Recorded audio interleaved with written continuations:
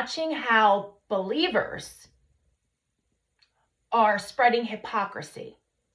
I am watching how more now than I ever have, this is really interesting. And this is what it talks about in end times, about how, you're going to see this, and I'm seeing it. So, people who are believers are actually coming against other believers.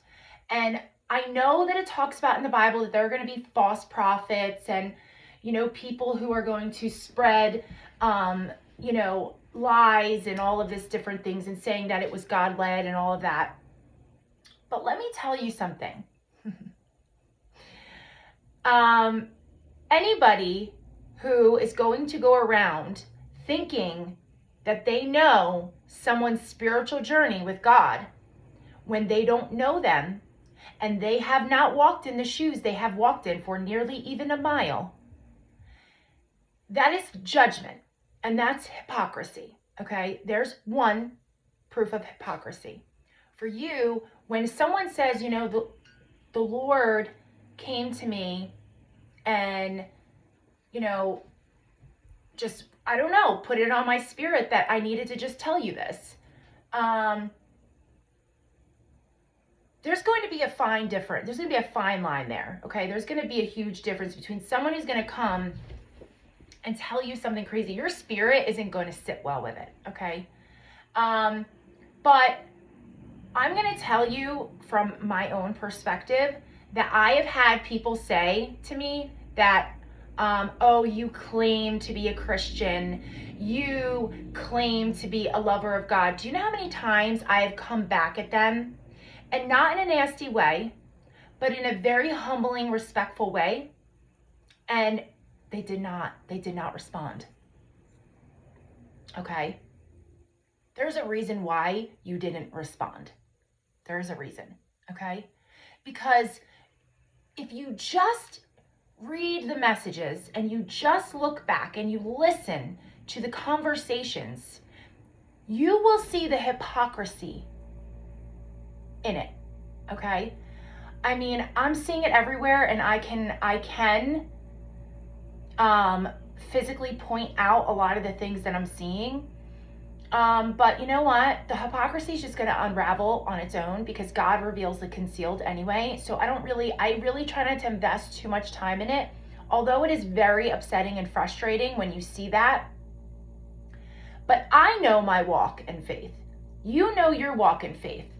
And I find myself after this, going through this spiritual fasting, after starting this spiritual fasting, and something that I went through, okay, in my life,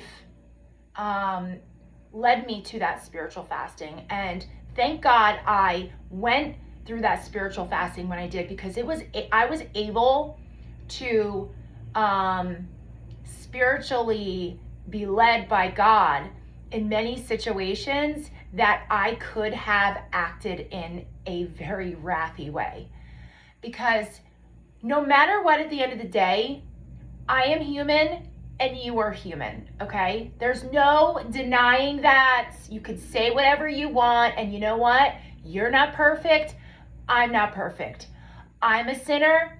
You're a sinner. We're all sinners, okay? So when people want to go around pointing fingers, when you know your walk in faith and you know the things that you have had to overcome, and the only way that you could have overcome that in love and in strength is by letting God lead you. And people want to claim that they know your walk in faith. By what? By what you see people posting on Facebook and on Instagram and on TikTok and on all these social media sites? That doesn't give you a clear picture and a right to pass judgment on anybody and their walk in faith when you have actually no idea. So shame on those people who are believers, claim to be believers, and pass judgment. How do you know that someone is not being used by the Lord to carry a message to you, to spread his love to you, to guide you, to correct you? How do you know that? Okay? But when you are led astray as a believer, you're letting the enemy creep in, put things in your head, but you need to know where that's coming from. It's very important that you're discerning enough to know where that's coming from. Because guess what? I don't care how many people want to tell me that they know my walk, my personal walk with God. You can go ahead and claim whatever you want. But I know, let me tell you something, as a human being, as a Gentile, as a fleshly human being who is a sinner as well as you, what are you? What are you? Look in the mirror at yourself. Are you any better? No, you're not. Because I know the wrathy person that I can be. Just like you can be a very wrathy person. But how you know someone is God-led is that by the way they walk, by the way that they talk, by the way that they handle situations when they can be very wrathy. Because if those people knew that decided to pass judgment on how my walk in faith is and my intimate relationship and my personal relationship with God is, if you knew how I had to walk over the last 6 months, and you seen how I walked, you would say, I think she's pretty God-led. I would think that she's really not that wrathy, because I could be very wrathy. I just called my husband right now because I just got a message from someone, and I was like, I could be really wrathy. I could be really wrathy right now because I'm sick and tired of it, because I've been dealing with a lot of stuff pretty much my whole life. And yet these people still keep on, like, they just are just like vampires. They're like little leeches. It's like, but I just keep forgiving, and I just keep giving my love, and I just keep giving so much of who I am, because I know who God created me to be. I don't have to be that wrathy person. This is why it's so important to build that personal relationship with God. It's so important to build that intimate relationship with the Lord. Yes, it is very important. And so I laugh when people come at me and I try to give a little bit of advice sometimes, because there are just certain things I'm just not going to talk about. And there's a reason why I do talk about it. It's not just because I don't know what I'm saying. I'm not just going to talk about things if I don't know what I'm saying. And you know, there was a time in my life, even when I started to come into knowing God, when it was in 2016, slowly building that relationship, because it's not something that you just build overnight. This is something that you're going to go through different seasons. You're going to go through different storms, and God is going to lead you through it. And sometimes maybe God isn't going to lead you through it because you're choosing to go the other way. You're choosing to not listen to that whisper that God is saying in your ear. Don't do it. Let it go. It's okay. But instead, we are wrathy. We're human beings. We are wrathy, okay? And don't think that God is not wrathy. But God's wrath is far greater than the wrath that we have. So to me now, more than ever in my entire life, I'm okay with handing that over to God, because I know that God's wrath is way stronger than mine. And my wrath is pretty, like, I could tell you a story from when I was in 9th grade of something that happened. And I was pretty wrathy, and I didn't like that.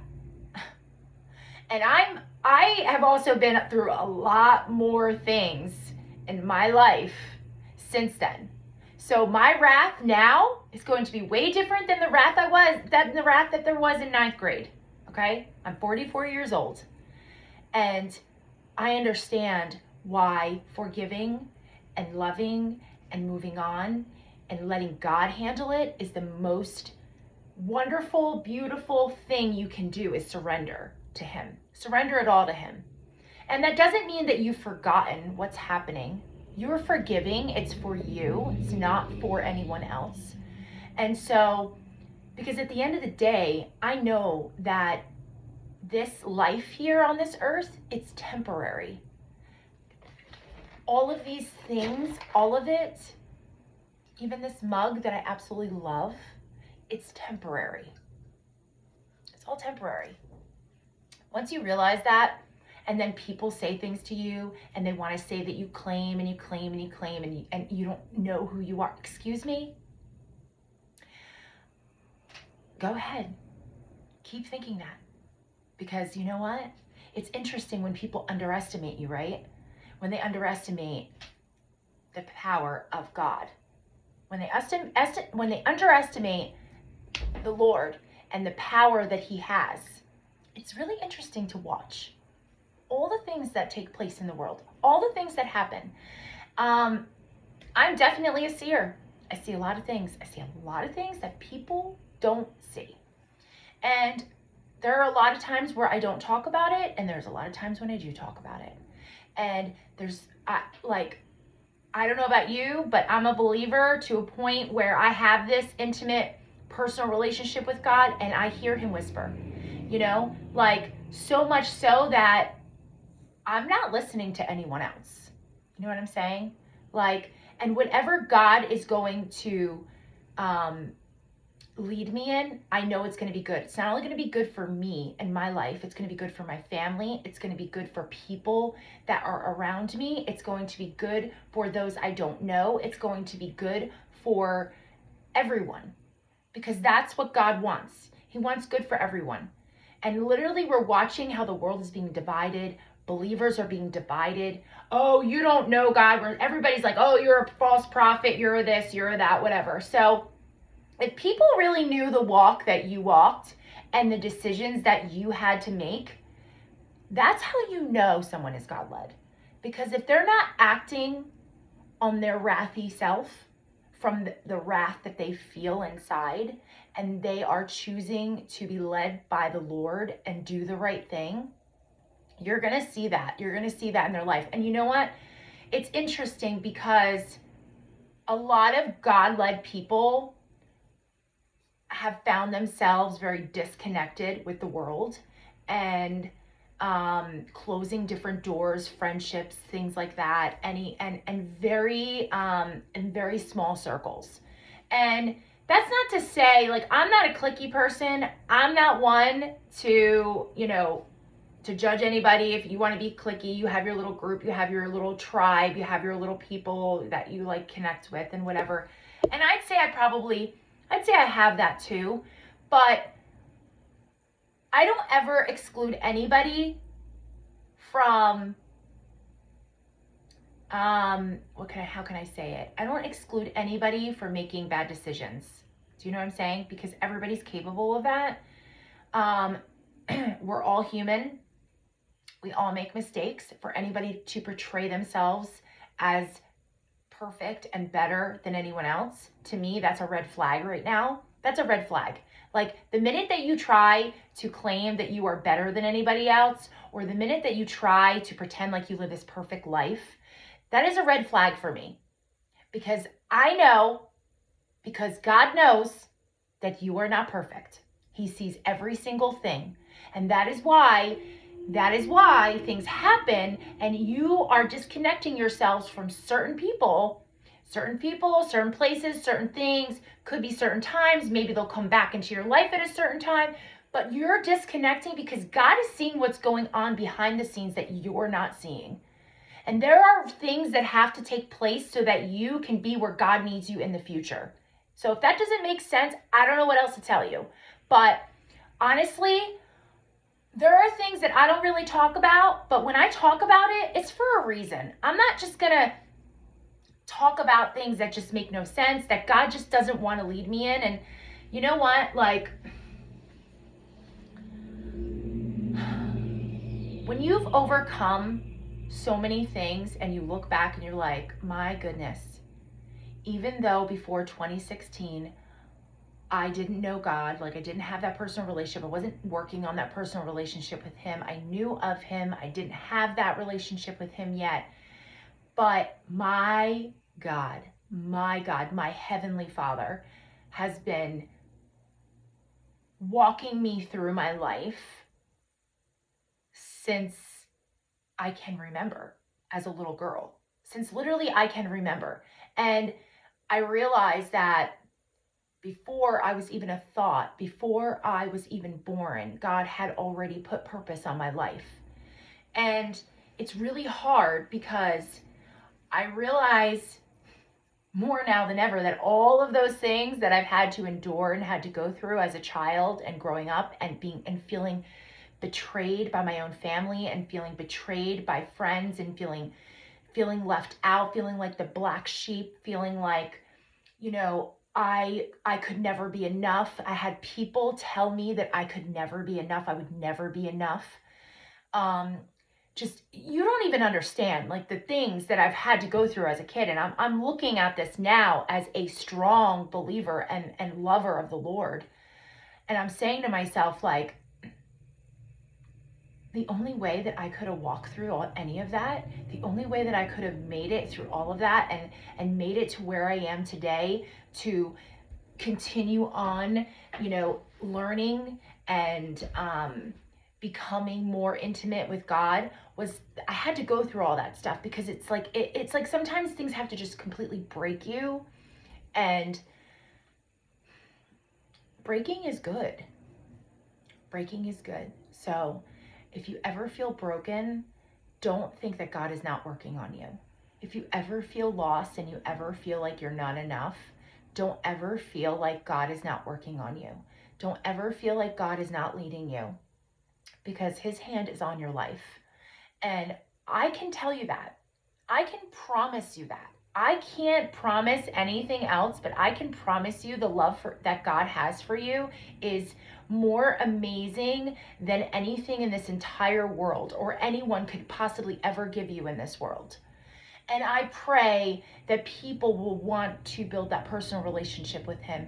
And I pray that those believers who are condemning other believers and for actually spreading love and goodness and actually letting God really lead them, I pray for those who discriminate against that. I pray for you. I pray that you find really what it means to be a true believer in the Lord, and know that this is why we're not supposed to pass judgment, because you really don't know. You don't know the fires unless you're physically seeing it and someone's like literally doing it right in front of your face, because like the hypocrisy, that's what's a killer.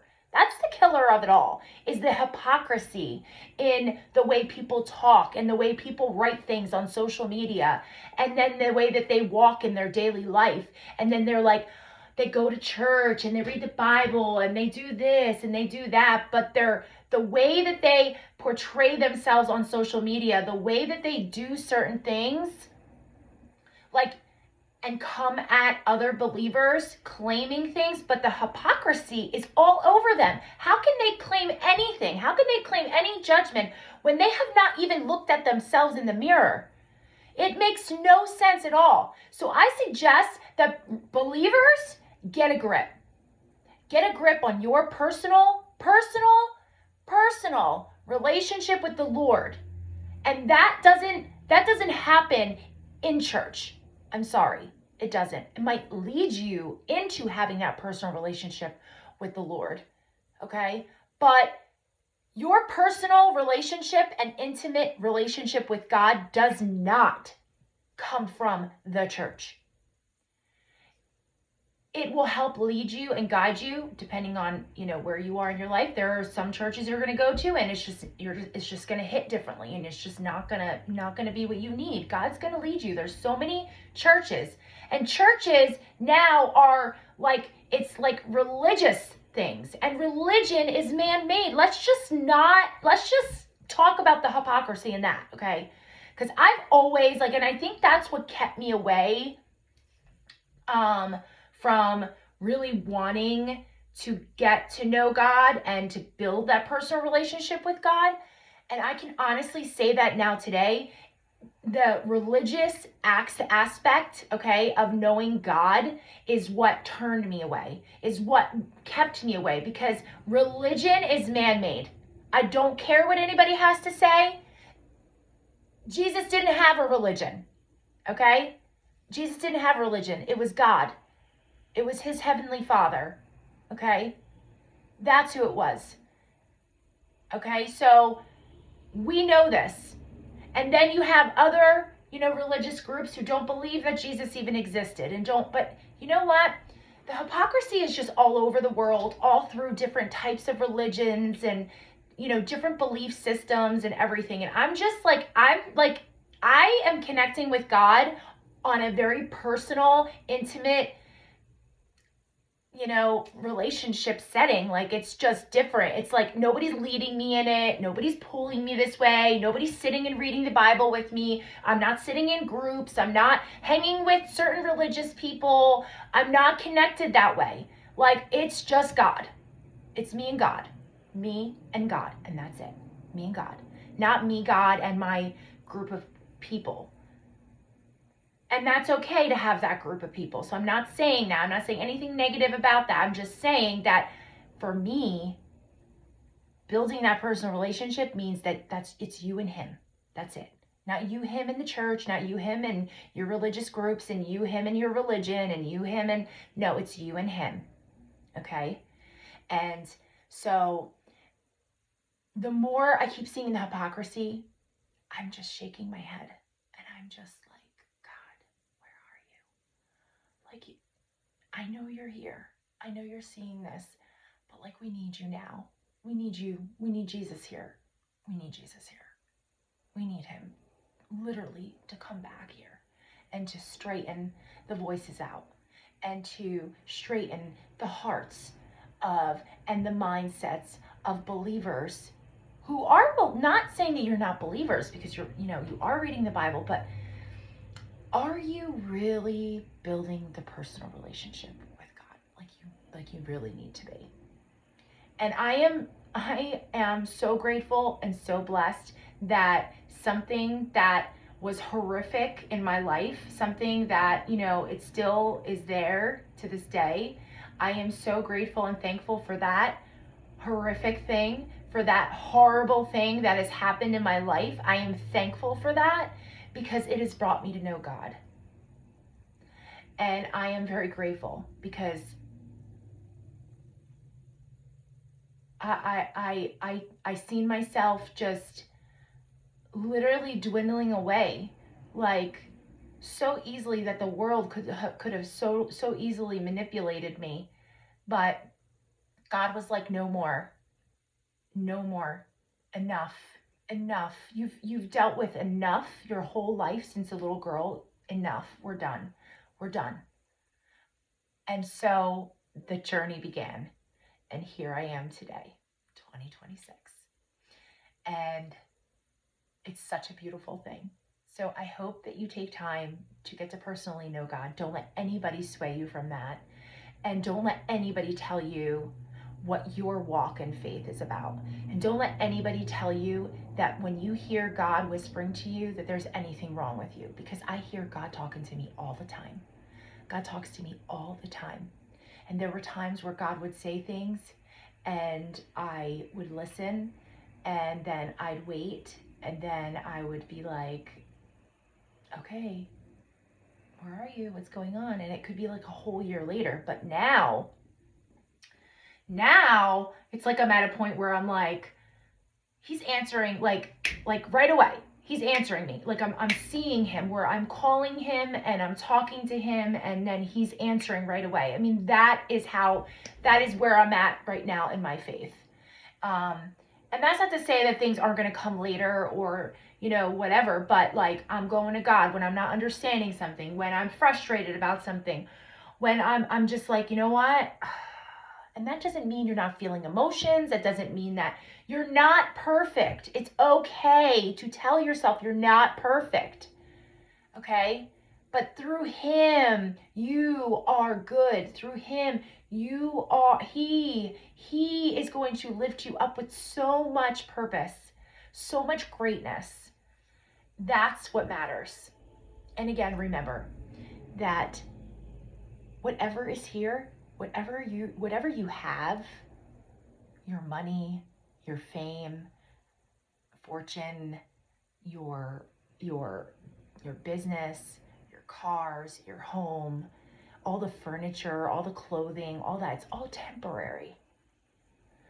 And I definitely could say going into 2026, it's more apparent to me than it has ever been before. And I think because in 2025, I've seen so many different things and felt struggles like I've never felt. And I needed to feel that, and I needed to go through those things because God really needed me to feel all that. So that way I could be where He needs me to be in 2026. So remember, God has a purpose, He has a plan. Trust in Him, wait, be still, and know. And I love you all.